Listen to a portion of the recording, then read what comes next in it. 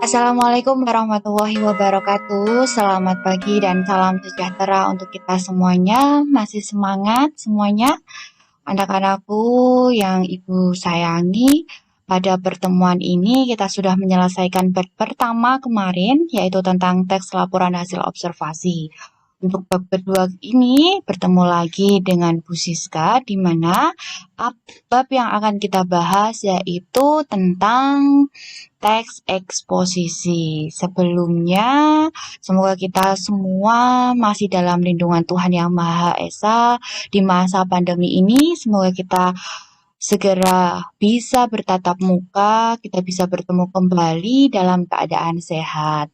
Sebelum Ibu mulai, marilah kita berdoa menurut agama dan kepercayaan masing-masing. Berdoa dimulai.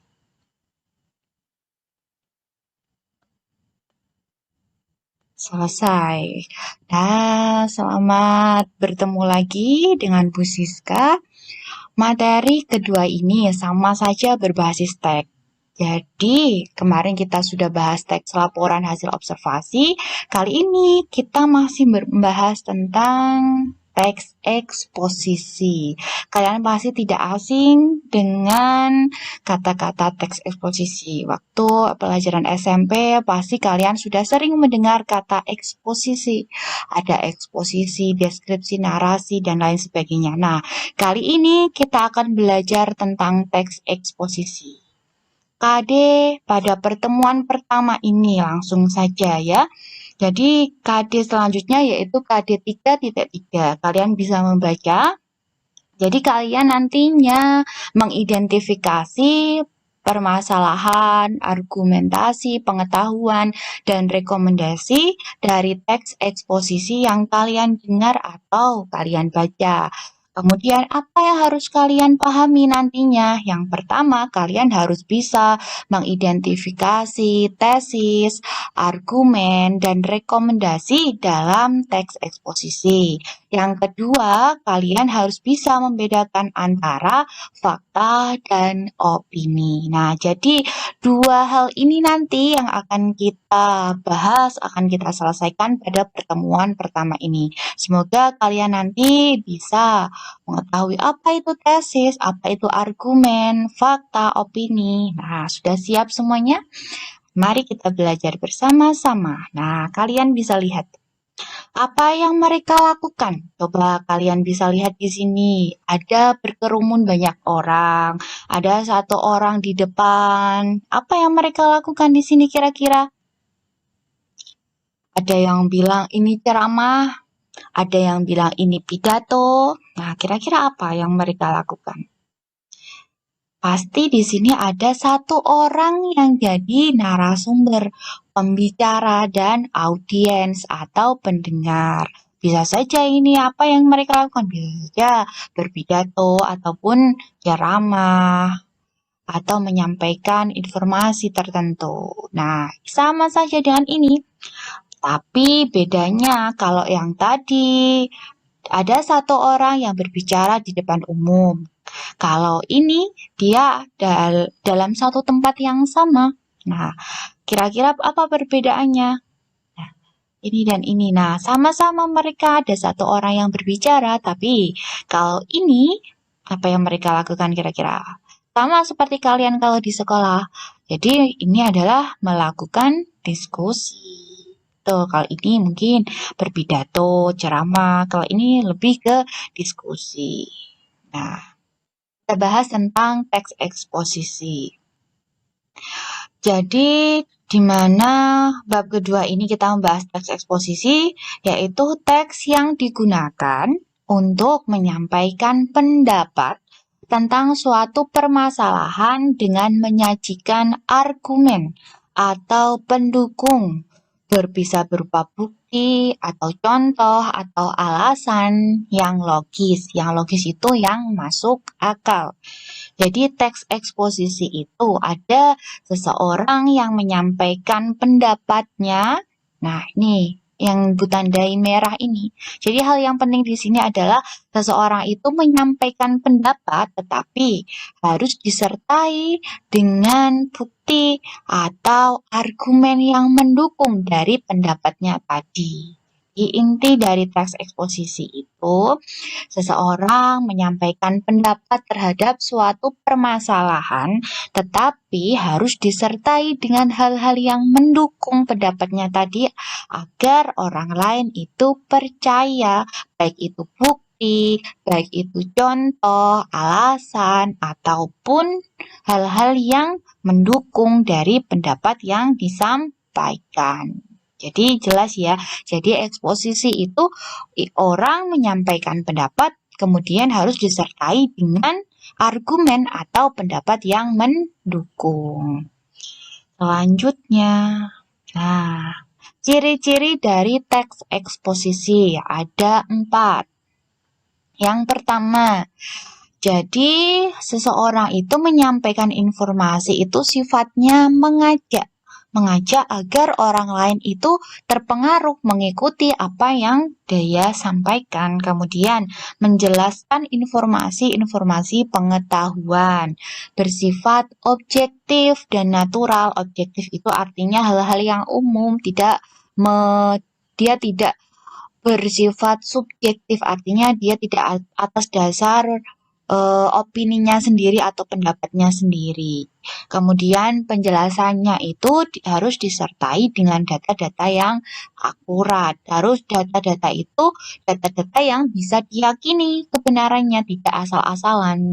Jadi ciri-cirinya harus sifatnya mengajak, kemudian isinya itu informasi tentang pengetahuan, kemudian sifatnya objektif, hal-hal yang umum, kemudian penjelasannya itu harus akurat atau dapat dipercaya.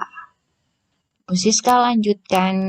Nah, jadi setiap teks itu ada strukturnya apa saja dalam teks eksposisi. Strukturnya hanya ada ini, 1, 2, 3. Yang pertama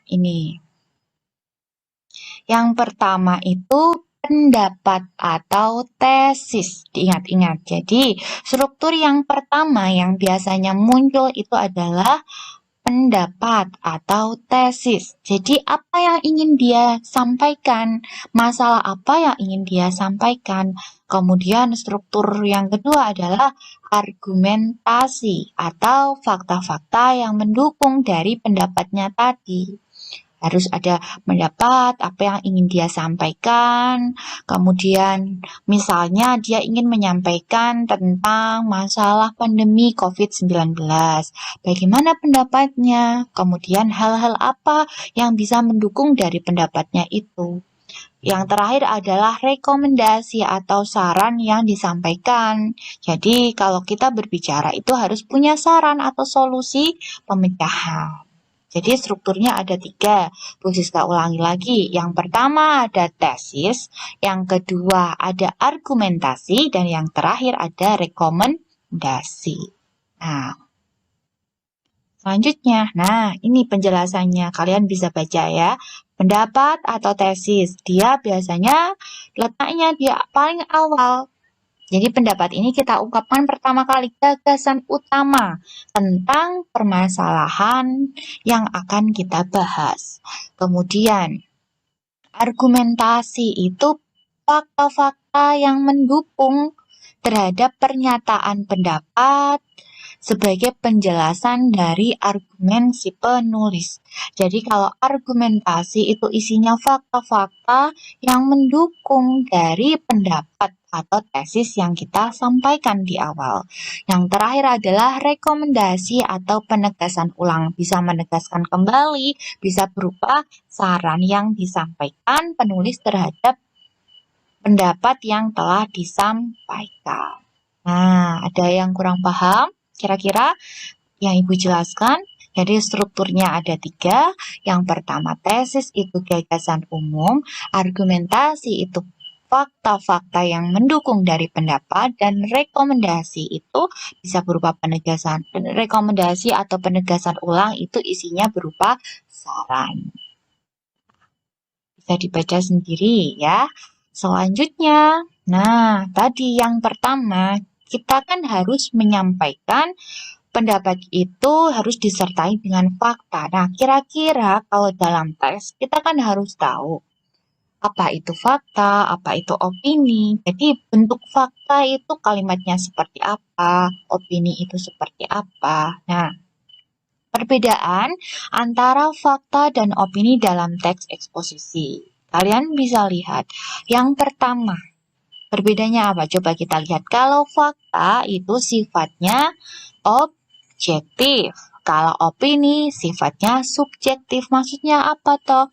Fakta sifatnya objektif. Hal-hal yang umum yang bisa diterima pendapat orang banyak itu objektif. Kalau subjektif itu pendapat individual. Jadi kalau objektif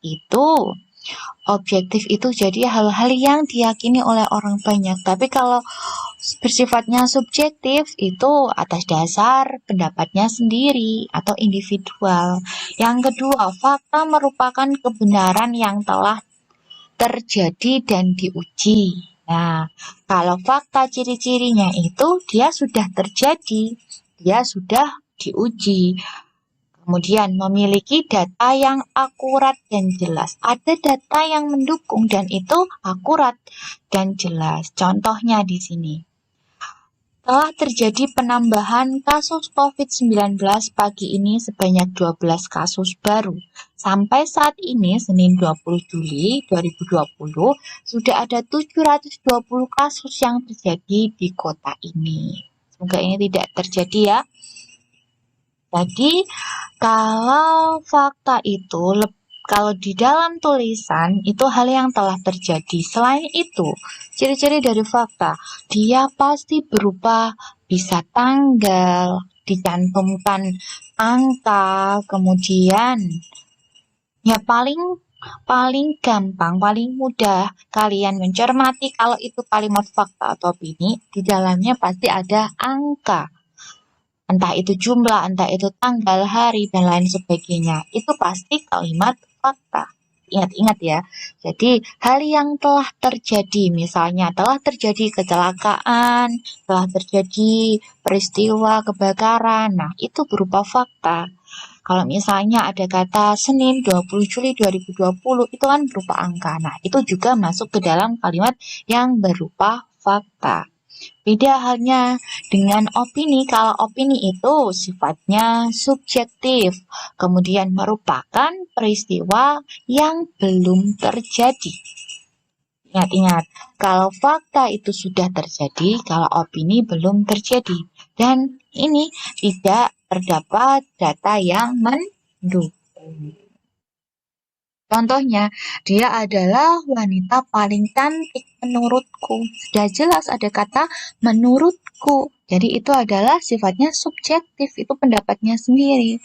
Ada lagi misalnya, menurut perkiraan akan terjadi hujan malam ini. Menurutku malam ini akan terjadi hujan. Nah, itu juga kalimat opini karena belum terjadi. Tapi misalnya tadi seperti fakta, menurut BMKG telah terjadi hujan deras pada Senin 20 Agustus 2019 misalnya seperti itu. Itu berarti kalimat fakta. Jadi kalau kalimat fakta ciri-cirinya ada berupa angka, kemudian tanggal, waktu, kemudian jumlah, kemudian hal-hal yang telah terjadi atau menurut para ahli yang sudah diketahui kebenarannya, sudah bisa diyakini kebenarannya, sudah terbukti. Itu perbedaan dari fakta dan opini. Nah, materinya sampai sini dulu. Sampai jumpa di pertemuan selanjutnya. Apabila kurang paham, kalian bisa tulis di kolom komentar. Jadi, apa yang telah kita pelajari hari ini? Yang pertama ada pengertian dari teks eksposisi, kemudian ciri-cirinya, kemudian kalian bisa membedakan antara fakta dan opini. Sampai jumpa di pertemuan selanjutnya. Bu Siska akhiri. Semoga ilmu yang kalian dapatkan hari ini bermanfaat. Wassalamualaikum warahmatullahi wabarakatuh. See you.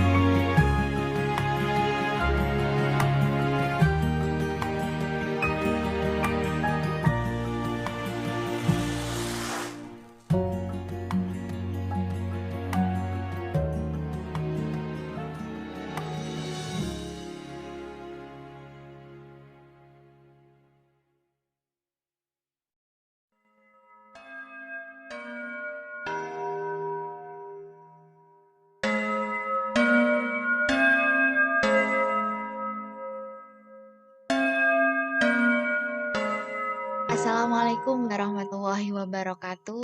Selamat pagi dan salam sejahtera untuk kita semuanya. Bertemu lagi dengan Bu Siska dalam pelajaran Bahasa Indonesia. Kali ini kita akan melanjutkan materi yang telah kita pelajari kemarin. Masih ingat kan materinya tentang apa? Yaitu teks eksposisi. Benar sekali.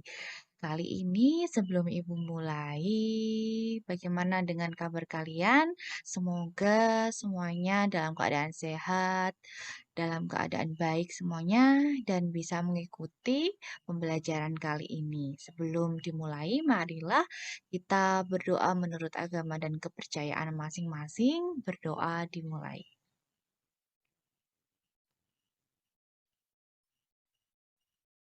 Berdoa selesai. Baiklah, kali ini langsung saja materi yang telah kita pelajari sebelumnya tentang teks eksposisi. Kita sudah belajar tentang pengertiannya, ciri-cirinya, strukturnya. Kali ini, apa yang akan kita pelajari pada pertemuan kedua ini?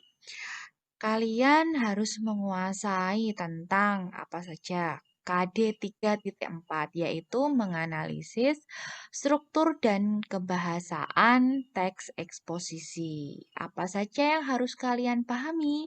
Yang pertama, kalian harus bisa mengungkapkan struktur teks eksposisi. Kemudian membandingkan kebahasaan dari dua teks eksposisi.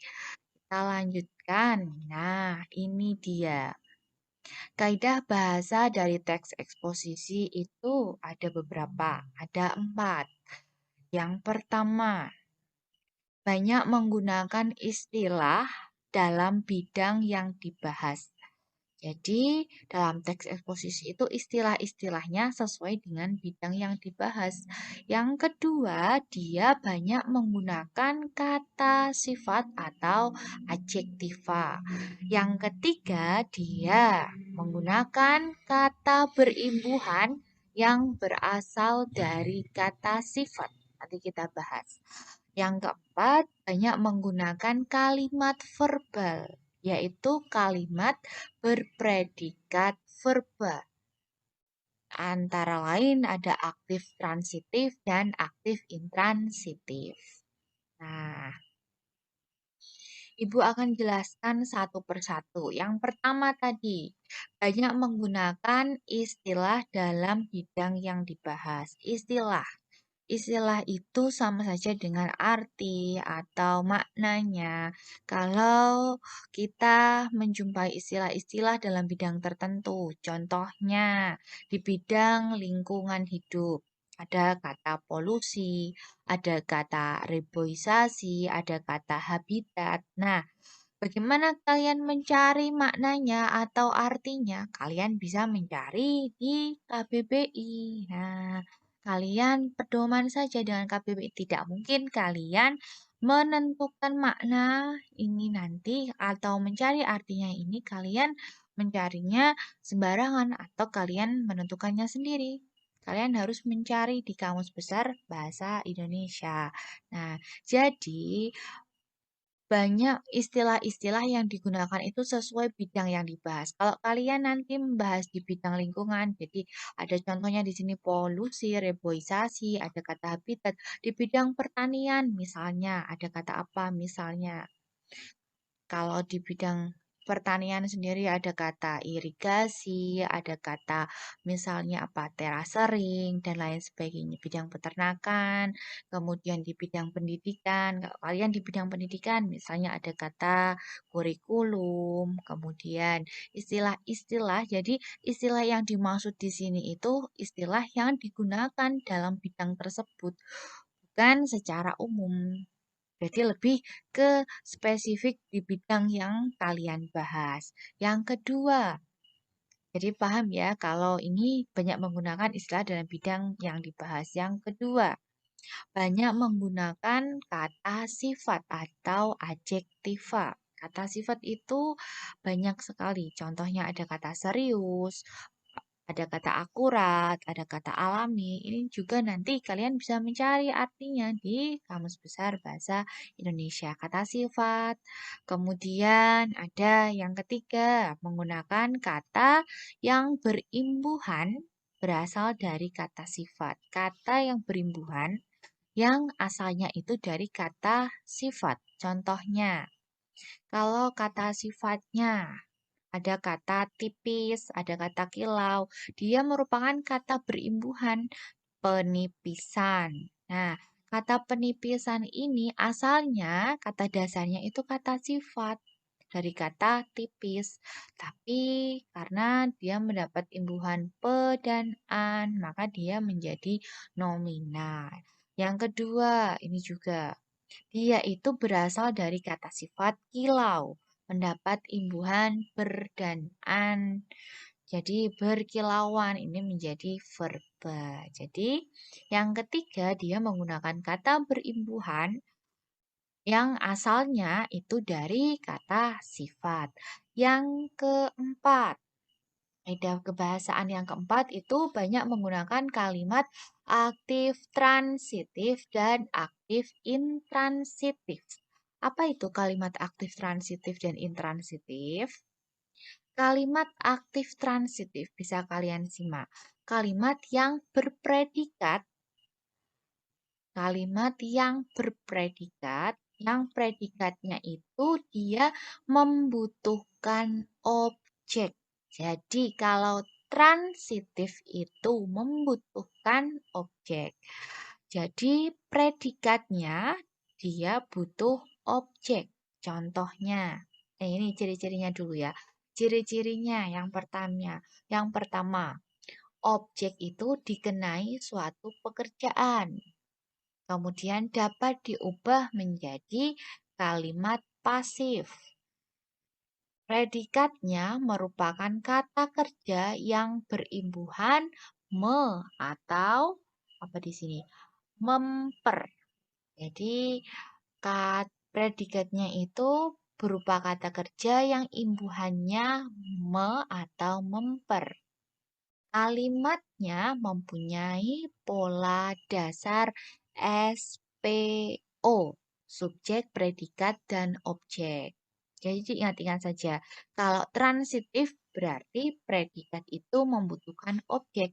Dia bisa dijadikan kalimat pasif, objeknya dikenai tindakan, predikatnya merupakan kata kerja yang memiliki imbuhan me atau memper. Kalimatnya, polanya, strukturnya itu subjek, predikat, objek, dan seterusnya. Bisa ditambahi dengan keterangan.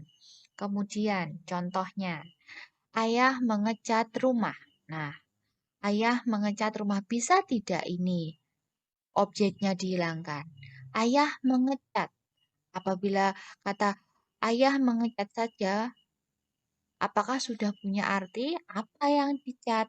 Nah, jadi dia butuh objek. Si predikat ini membutuhkan objek.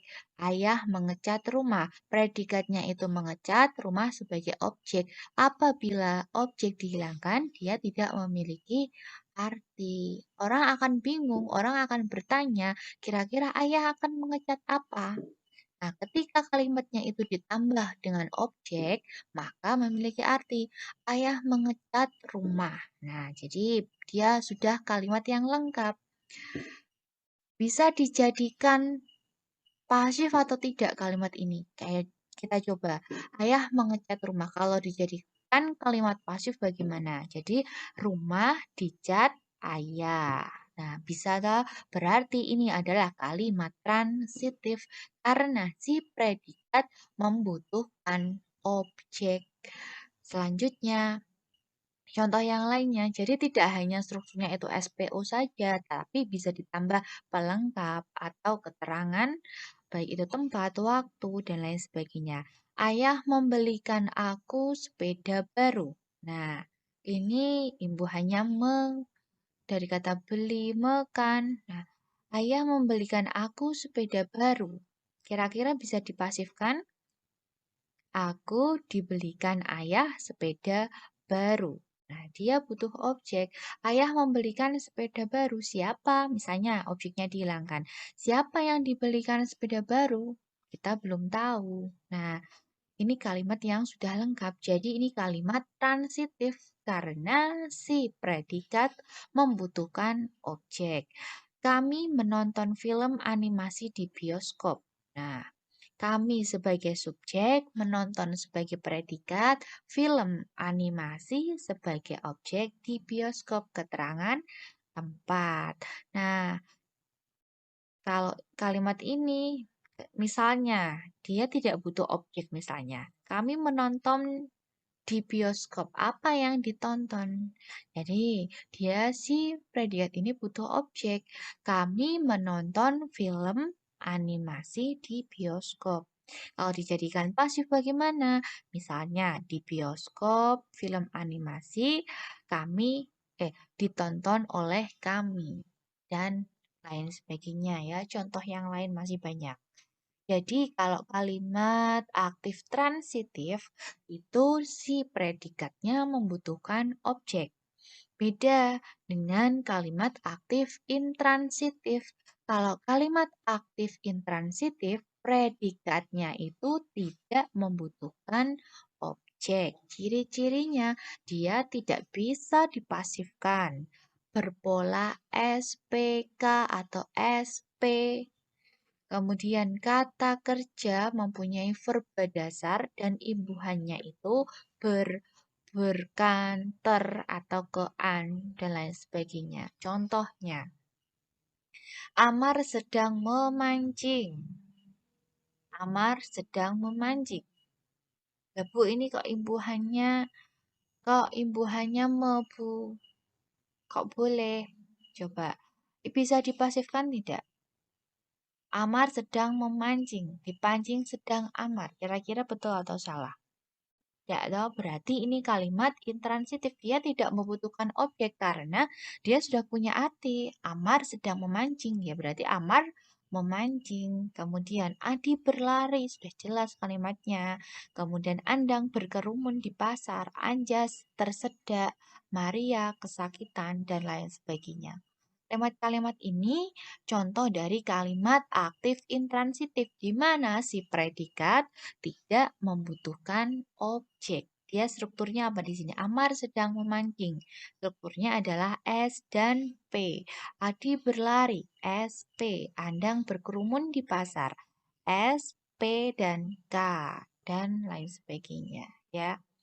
Jadi contohnya ini kalian bisa pelajari. Jadi kalian bisa bedakan bagaimana ciri dari kalimat aktif transitif dan bagaimana ciri dari kalimat aktif intransitif. Nah, sudah selesai.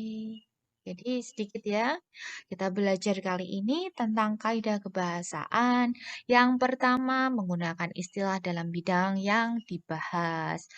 Kemudian yang kedua, menggunakan kata sifat atau adjektiva, cantik, kemudian cepat, lambat, pintar, cerdas, sangat cantik. Ciri-ciri dari adjektiva itu apa? Dia bisa ditambahi kata saling, kemudian ditambahi apalagi tercantik, tertampan, paling cantik, paling tampan, dan lain sebagainya.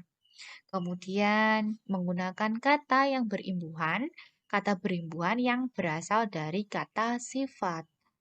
Kemudian yang terakhir, dia banyak menggunakan kalimat aktif transitif dan aktif, intransitif. Ingat-ingat kalau in itu berarti dia tidak membutuhkan objek, tapi kalau tran berarti dia butuh objek. Si predikatnya itu butuh objek, itu transitif. Kalau intransitif berarti si predikatnya tidak membutuhkan objek. Betul sekali. Nah, sudah selesai. Nah, untuk kali ini ada tugas untuk kalian. Silakan kalian kerjakan di buku tugas kalian. Tidak usah ditulis soalnya, tidak apa-apa. Kalian langsung saja membuat masing-masing satu kalimat fakta dan kalimat opini. Apa saja terserah. Yang penting masing-masing satu. Kemudian kalian buatlah contoh kalimat aktif transitif dan aktif intransitif masing-masing satu. Yang ketiga, silakan kalian buat satu paragraf minimal 5 kalimat argumen berdasarkan tema tentang pandemi COVID-19. Argumen itu berarti apa di situ? Argumen itu apa pendapat kalian tentang temanya pandemi COVID-19. Jadi kalian berusaha untuk mengungkapkan pendapat kalian. Minimal ada 5 kalimat dalam satu paragraf. Silakan kalian kerjakan secara individu, penuh dengan tanggung jawab, jangan saling mencontek, karena Siska tahu bagaimana kerja keras kalian. Nah, ini silakan kalian kumpulkan tepat waktu, karena kedisiplinan juga menjadi nilai untuk kalian nantinya. Jadi, silakan kalian belajar lebih giat lagi. Dan ini, oh ini masih ada lagi. Kalau yang ini nanti kalian silahkan menjodohkan. Jadi kalian jodohkan saja istilah dan makna yang sesuai dengan menuliskan nomor dan huruf yang sesuai. Misalnya, nomor 1 ini pasangannya dengan B, nomor 2 pasangannya dengan A. Nah, ini dicari di mana, Bu? Di Kamus Besar Bahasa Indonesia. Kalau yang ini, kalian harus melengkapi analisis turunan dan afiksasi. Buatlah tabel seperti contoh soal sama persis seperti ini. Jadi, kalian jenisnya apa? Terbesar itu jenisnya nominal, verbal, adjektif, kata, imbuhannya apa, kata dasarnya apa, kata dasar ini nanti jenisnya apa, sampai dengan nomor 5. Yang terakhir, buatlah masing-masing satu kalimat yang menggunakan kata adjektiva dan frasa adjektiva. Nah, sudah selesai. Silakan kalian simak pembelajaran kali ini. Kalian pahami betul? Kalau kalian belum paham, silakan ditanyakan. Sebelum Bu Siska akhiri, alangkah baiknya kita baca hamdalah bersama-sama. Alhamdulillahirrabbilalamin. Tetap jaga kesehatan, tetap jaga jarak, tetap tenang di rumah, stay di rumah, selalu belajar dan belajar. Jangan lupa kalian